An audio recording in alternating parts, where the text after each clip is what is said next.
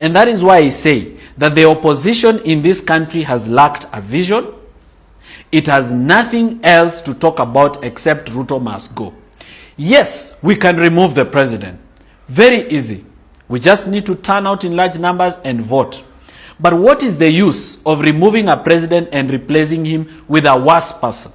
What is the use of removing Ruto and putting Ruto Pro Max?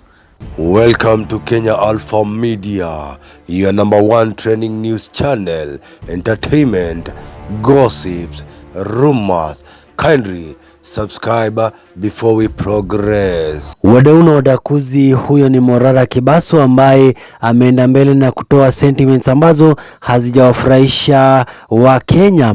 Na hii ni baada ya Morara Kebaso kwenda mbele na kusema kwamba ni bora Ruto aweze kuongoza miaka 10 badala ya kumuondoa pale na kumreplace na mtu ambaye ni mbaya zaidi. Na mtu ambaye Morara Kebaso anajaribu kumuongelelea pale, wengi wameenda mbele na kusema kwamba anamuongelelea Fred Matiangi ambaye alikuwa former Interior Cabinet Secretary, na hii ni baada ya yeye kuweza kuwasili humu nchini few days ago. Na Morara pia aliweza kunyoshea kidole opposition na kusema kwamba wamekosa mwelekeo na vision, kazi yao imekuwa tu Ruto must go.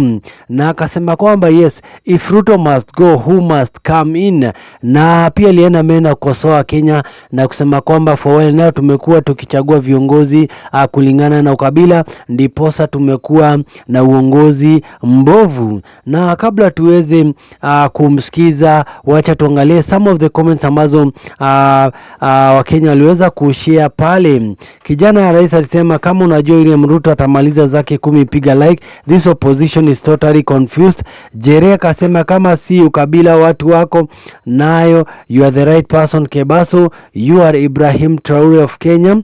Na kuna huyo anaitwa Bogiman anasema position bila Raos, hiyo sio position. Kasongo 10 bila break. Ketfin akasema Wakikuyu mnamtusi Kebaso bure, but hata Gashiedha yani Gashago is no difference na Ruto like it or not, huo ndo ukweli. Disago akasema why every politician is scared of Matiangi. CPN akasema why all this when you have seen Matiangi home, umeanza kubo sasa. Tristan da kuna akasema usituone matako yako gasia hii. And lastly kuna huyo anaitwa Honorable Collins Mogende anasema I really wish to be in your party but right now that is no for me. Guys, tumsikize Morara Kebaso jinsi ambavyo alisema hivi, na usahau kusubscribe pale.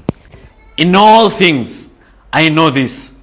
Every single young person that is going to stand up for leadership and say that they want to change the political system in our country will face very, very big opposition. And they will be labeled projects. And I have already undergone this pain. I know how it feels. But I know that consistency breaks resistance. I know that if I consistently say the truth, and if I consistently speak about good governance and how it should be achieved, the consistency will be the one that will save me out of any lie that anybody will tell about me. Ladies and gentlemen, when people start saying that so-and-so is a project, so-and-so is a project, let's talk about projects.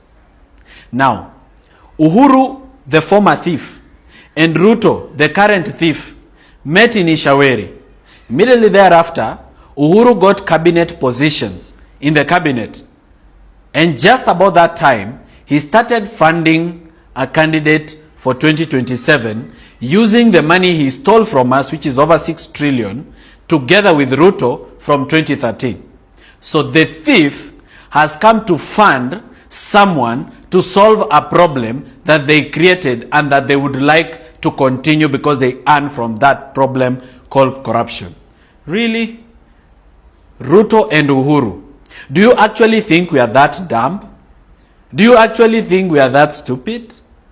We can see your games, and we know that Uhuru's project is also Ruto's project because they are working together. Uhuru got cabinet positions. He is doing business as he used to. He is earning as he used to. He has everything he needs. And Ruto has never gone after Uhuru for anything that was stolen in Kenya because they stole together, including 12 billion shillings that was stolen from the treasury on the day of elections in 2022.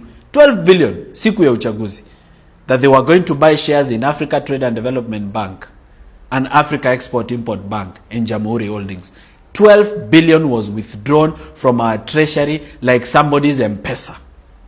This must stop and this must end. The reason we are fighting against tribalism is not that we are fighting our identity. We know that you are Kikuyu, that you are Luo, that you are Kisi, that you are Luya, that is how you were circumcised, that's why your name is Wafula or Kinyanjui or whatever your name is. We know tribal identity is part of us. What we are rejecting is the use of tribe as the only qualification for leadership.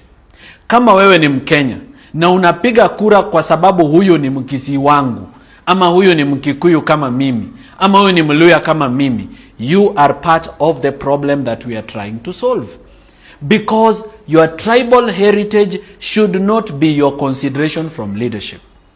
It should be your vision and ability to deliver this country. And that is why I say that the opposition in this country has lacked a vision. It has nothing else to talk about except Ruto must go. Yes, we can remove the president. Very easy. We just need to turn out in large numbers and vote. But what is the use of removing a president and replacing him with a worse person? What is the use of removing Ruto and putting Ruto Pro Max? We must seek better leadership, not just to remove a president, but to remove and replace with a better president. And not just the president. This is a very huge system. It's a system of corruption that extends even into the corporate sector, extends even into the church where money laundering is being done. It goes even to foreign embassies and foreign countries. It goes all the way to the multilateral institutions that loan us money. This is a very big giant that we are fighting. So don't just look at one individual. We are fighting a whole system of people. And by the way, as I finish up, if you elect a good president and fail to elect members of parliament who are people of integrity, you should remember that the constitution gave MPs power to impeach a president. So you not have solved the problem. So we must look at it beyond individuals and start having a vision of the country that we want and how we will fix it. Not just toa huyu, toa yule. Yes, we've been removing presidents. We've even removed Uhuru. We punished Uhuru with Ruto. Have we achieved the change we wanted? Not yet. So we will continue saying the truth and the truth only. In all things, I know this. Every single young person that is going to start